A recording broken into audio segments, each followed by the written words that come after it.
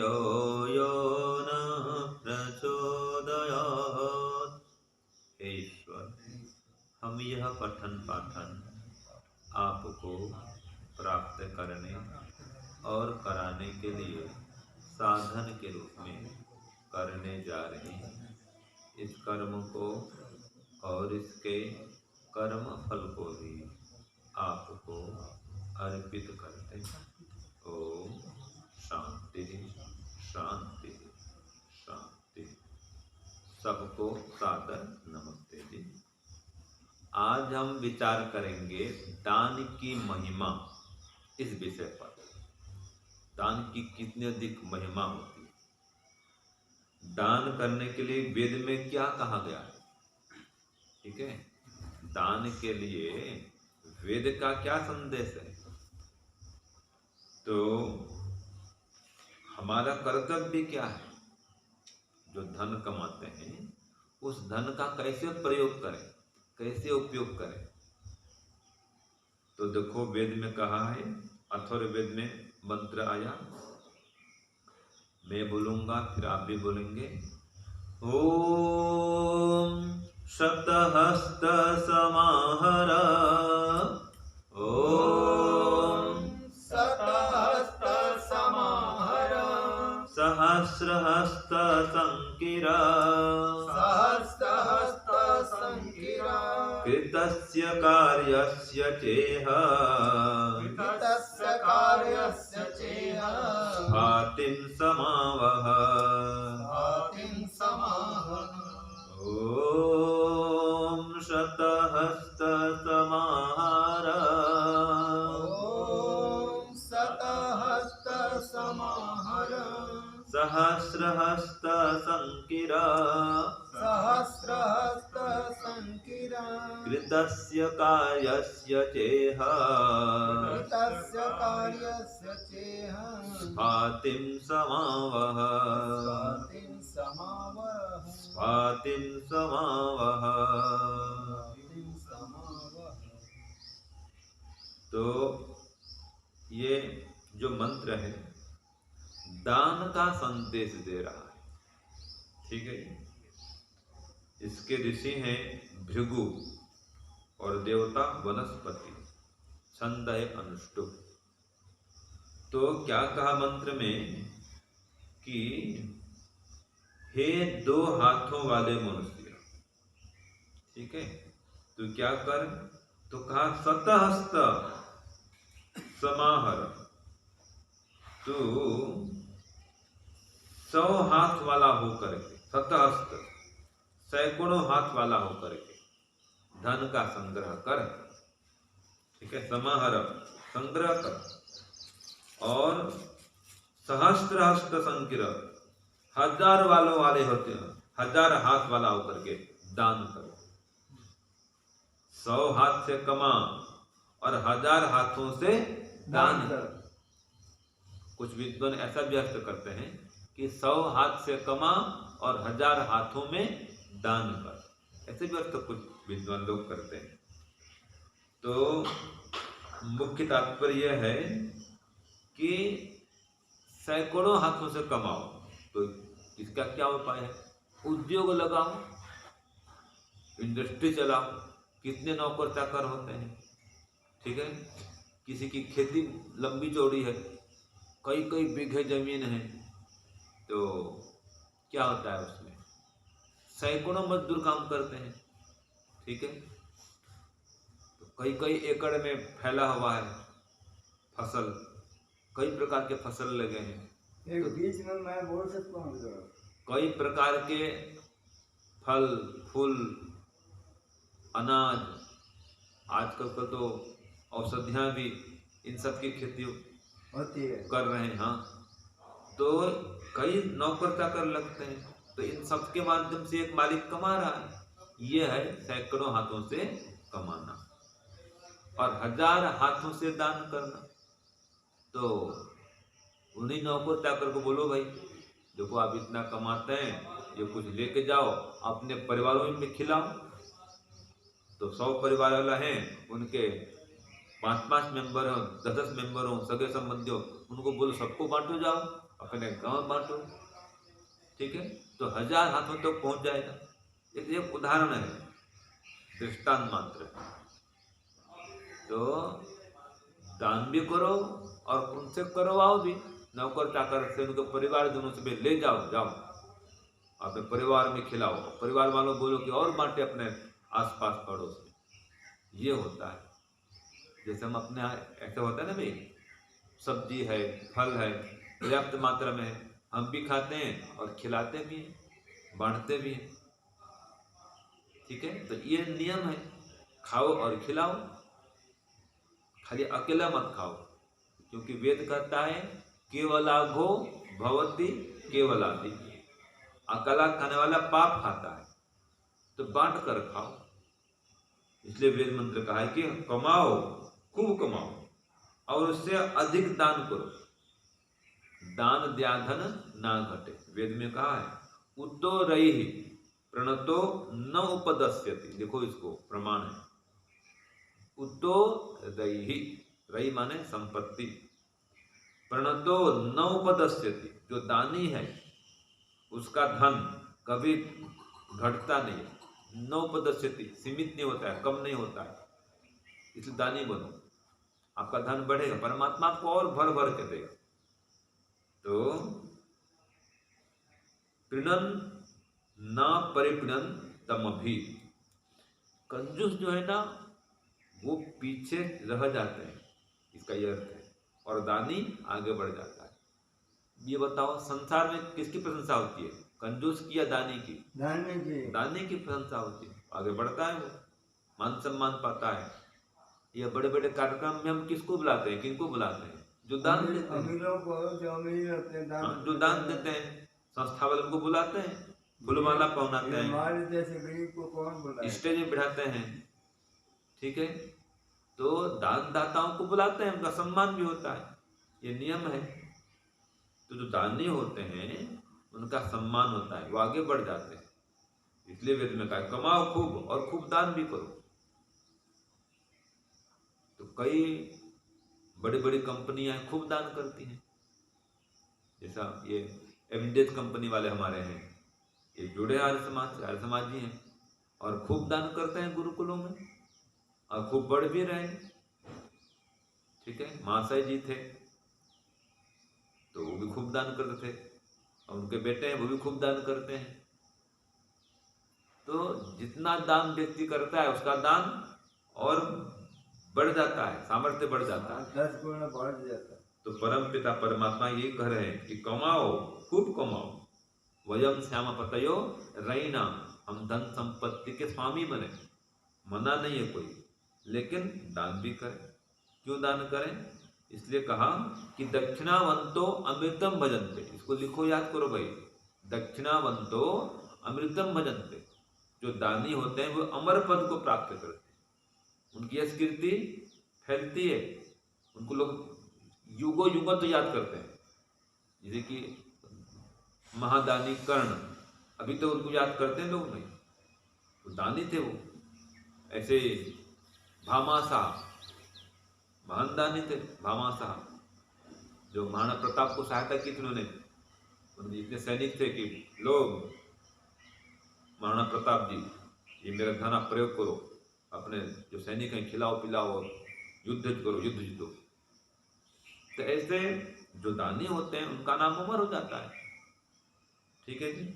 और ये शरीर भी इसलिए मिला है, यमते यज्ञा तनु, शरीर खाली खाने पीने भोगने के लिए नहीं मिला, किस लिए मिला है? यमते यज्ञा तनु, ये तनु माने शरीर, यज्ञ माने परोपकार के लिए, दान करने के लिए, परोपकार करने के लिए, पुण्य करने के लिए, हवन करने के लिए, इसलिए शरीर मिला है।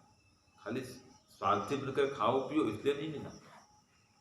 तो जो दान करता है उसको इस लोक में भी खूब मान सम्मान मिलता है, और परलोक में भी श्रेष्ठ माता पिता, श्रेष्ठ परिवार, ठीक है, और श्रेष्ठ जन्म ये मिलता है उसको, इसलिए दान करना चाहिए।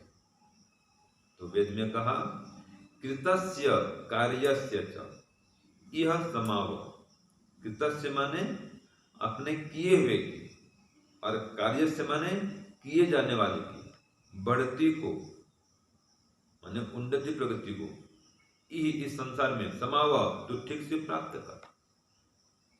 आ गया ना भाई, कि जितना दान किए हैं वो किया हुआ हो गया, आगे करेंगे वो किया जाने वाला है।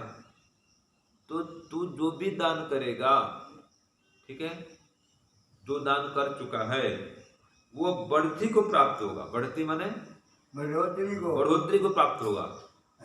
ये दान की महिमा है। वेद में कहा दिया है कि तू उसकी बढ़ती को उन्नति को प्रगति को प्राप्त कर। तो जितना भी धन देगा तेरा धन बढ़ेगा। फातिम माने बढ़ती, उन्नति, समाभाव, भली भांति प्राप्त कर। तो जितना भी दान पुण्य करेंगे आपका दान नहीं जाएगा, दान या धन घटेगा नहीं, हाँ बिठा जाएगा नहीं। इसलिए कहा है सीढ़ी चोंच भर ले गई नदी न घटयो नीर, दान दिया धन ना घटे, कह गए दास कबीर भक्तों, कह गए दास कबीर, है ना। तो दान दिया धन ना घटे। देख लो तालाब भरा पूरा है, वो चिड़िया चोंच भर कर ले गई, में क्या कमी हो गई तालाब में। ऐसे बड़े बड़े सेठ हैं दान करते हैं, और नियम भी है 10 दान करना चाहिए। स्वामी दान क्या करते हैं, अपनी कमाई का 100 में से 10 हाँ 100 में से 10वां हिस्सा दान करना चाहिए। अगर सरदार लोग 10वां हिस्सा निकालते हैं, हाँ निकालना चाहिए। तो 10वां हिस्सा अगर कोई व्यक्ति 100 रुपया कमाता है तो 10 रुपये दान करे, उस अनुपात में दान बढ़ाता जाए। और वेद ने कह दिया कि करो यत्र वरिवो बाधिताय। करो माने हाथ, करा बोलते हैं हाथ। वो कैसा है, बाधिताय, जो बाधित व्यक्ति हैं उनकी सहायता के लिए जो तत्पर हाथ है वही श्रेष्ठ है। करो यत्र वरिवो बाधिताय, जो पीड़ित दुखी जन हैं उनकी सहायता के लिए जो हाथ तत्पर रहते हैं वही हाथ श्रेष्ठ है। इसलिए कहा है दाने न पानी न तो कंकणे न। हाथ की शोभा किसमें है, दान करने से है।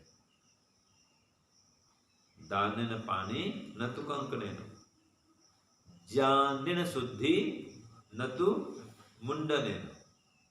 जान से शुद्धि होती है, कोई बाल कटा दे, मुंडन कर दे, इससे तो शुद्ध हो जाएगा भाई, है कि नहीं। तो ये दान करो, दान ही हाथ की शोभा है। और कहाँ दान करें, तो कहा संकिर 17 वाजम। दान वहां देना चाहिए समर्थ हो, सत्य के प्रचार प्रसार हेतु, सत्य जान वेद जान के विस्तार हेतु दान देना चाहिए। तो कहा संकिर 17 वाजम, सत्य के प्रचार प्रसार हेतु, सत्य जान के विस्तार हेतु दान करना चाहिए। अगर दान इस प्रकार करेंगे तो याद रखिए वेद में कहा यह प्रीणाति, लिखो जी, यह प्रीणाति सह देवेषु गच्छति।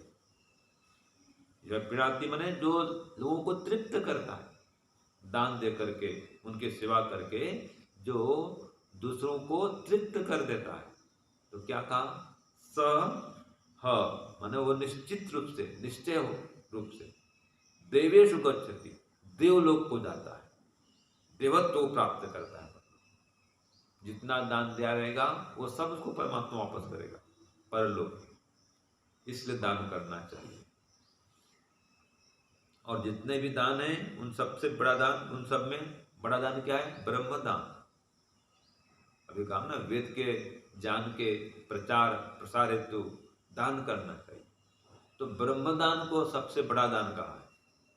कोई कहते माने क्या श्लोक है उसका, सबसे बड़ा, हाँ जी, सर्वेषां एव दानानां ब्रह्मदानं विशिष्यते। और वार्यन्नं गोमहिवासः तिलकांचन सर्पिषाम्। ये दान के पदार्थ हैं, गो, मही, वासः, तिल, कांचन, सर्पी, सर्पी माने घी। तो इन सभी दानों में ब्रह्म दान जो है सर्वश्रेष्ठ दान। तो दान करो, जिसके पास ब्रह्म विद्या है ब्रह्म विद्या का दान करे, ब्रह्म दान करे। ब्रह्म का ध्यान सिखाए, वेद का ज्ञान कराए। जिसके पास शारीरिक सामर्थ्य है वो सेवा करे, वो श्रम दान करे। जिसको पैसा ना हो तो झाड़ू दान करे। हाँ, धन है तो धन का दान करे, और धन नहीं है तो सेवा करे, श्रम दान करे, करे कुछ न कुछ जरूर। और यहाँ तक कह दिया उपनिषद में कि श्रद्धा पूर्वक करे। दान किस प्रकार करे? श्रद्धा पूर्वक। आपने पढ़ा है ना, श्रद्धया दयम, श्रद्धा पूर्वक दान देना चाहिए। और श्रद्धा नहीं है तो कोई बात नहीं है, अश्रद्धया दयम, ये भी कह दिया। श्रद्धा पूर्वक दान करो, और श्रद्धा नहीं हो रही है तो बिना श्रद्धा भी करो, लेकिन करो। भिया दयम, संविदा दयम, भय पूर्वक दान करो। अगर दान नहीं करेंगे तो अगला जन्म मानव का नहीं मिलेगा, ये भय से दान करो। और संविदा दयम, प्रेम से दान करो, सम्मान से दान करो। ठीक है, सम्मान पूर्वक दान करो, प्रेम पूर्वक दान करो। और फिर कहा श्रियादयम, ह्रियादयम, शोभा पूर्वक दान दो, और लोक लाज के कारण भी दान दो, कि लोग क्या कहेंगे, मैं दान नहीं करूंगा, ये सब दान कर रहे हैं और मैं चुपचाप बैठा हूँ। कोई कार्यक्रम में जाते हैं जी और सब लिखाते हैं, एक व्यक्ति लिखाता नहीं, चुपचाप बैठा है, तो क्या बोलेंगे? खाने आया यहाँ पर क्या हो, बोलते हैं ना, खाली खाने आया है, कुछ देख के जा, यहाँ से कार्यक्रम में आया है, कोई वार्षिक उत्सव है, कोई विशेष हवन का कार्यक्रम चल रहा है, तो वहाँ पर जाओ, बढ़िया है, दान करो और बढ़िया प्रसाद लेके आओ, कोई मना नहीं। ब्रह्मचारी पढ़ते हैं वहाँ दान करो, गुरुकुल में दान करो। दान के स्थल कौन कौन से हैं? क्यों जी? अग्निकुंडे, ये दान के स्थल लिखो। अग्निकुंडे योगी तुंडे, अग्निकुंड मतलब यज्ञ में दान करो, यज्ञ कार्य के लिए।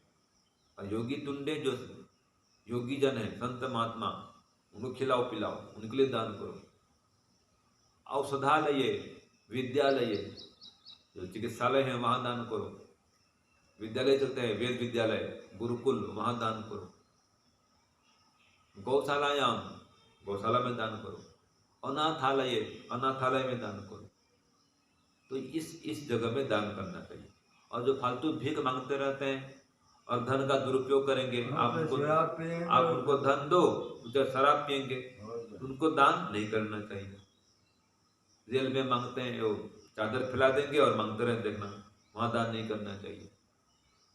ठीक है, वास्तव में जरूरतमंद है, परीक्षा पूर्वक दान करो। हाँ, उनको दो, समर्थ आदमी को। हाँ, जो आवश्यक, जिसको आवश्यकता है, जो आवश्यकतामंद है, जरूरतमंद है, उनको दान करो, परीक्षा पूर्वक दान करो।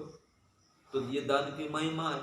अगर ये दान करेंगे तो आपका परलोक श्रेष्ठ बनेगा, इस लोक में भी आपको मान सम्मान खूब मिलेगा, वाहवाही मिलेगी, लोग दानी सेठ बोलेंगे, मंच में बुलाएंगे, सम्मान करेंगे, बड़े बड़े कार्यक्रम में बुलाएंगे। और एक बात मैंने अनुभव किया है, जो दान देता है उसको ही लोग मांगते हैं, कंजूस पास को नहीं जाता है। जो दान देता है उसकी यश कीर्ति फैलती है, लोग बोलते हैं हाँ भाई उनके पास जाना, वो देते हैं, आपको कोई काम पड़े, नहीं जाना जी, वो नहीं हाँ देते। वो उनके पास मत जाना, नहीं देते हैं। देखो अपयश तुरंत है। और जो देता है उनकी यश कीर्ति फैलती, सब जानते रहते हैं, गुरुकुल वाले भी, हाँ भी दानी से, उनको बुलाओ, उनको बुलाएंगे। तो जो दान देता है उसको लोग बुलाते हैं, उसका सम्मान करते हैं। और जो दान नहीं देता है उसको नहीं बुलाते। तो इसलिए अगर कोई जरूरतमंद है और आपके पास सामर्थ्य है तो जरूर सहयोग करो, आपका धन कभी कम नहीं होगा। जितना धन का दान करेंगे आपका धन बढ़ेगा। मेरा खुद का भी ऐसा अनुभव है कि जब जब मैं दान करता हूँ, किया हुआ हूँ, वो कुछ न कुछ दिन में वो दान वापस हमको मिल जाता है। वो धन हमको लोग दान करते ना भाई, तो हम खाली लेते रहें, दे नहीं, ये धर्म नहीं है। ब्राह्मण का धर्म है दानम प्रतिगृह्य, पहले दान करे फिर दान ले, खाली दान लेना नहीं कहा।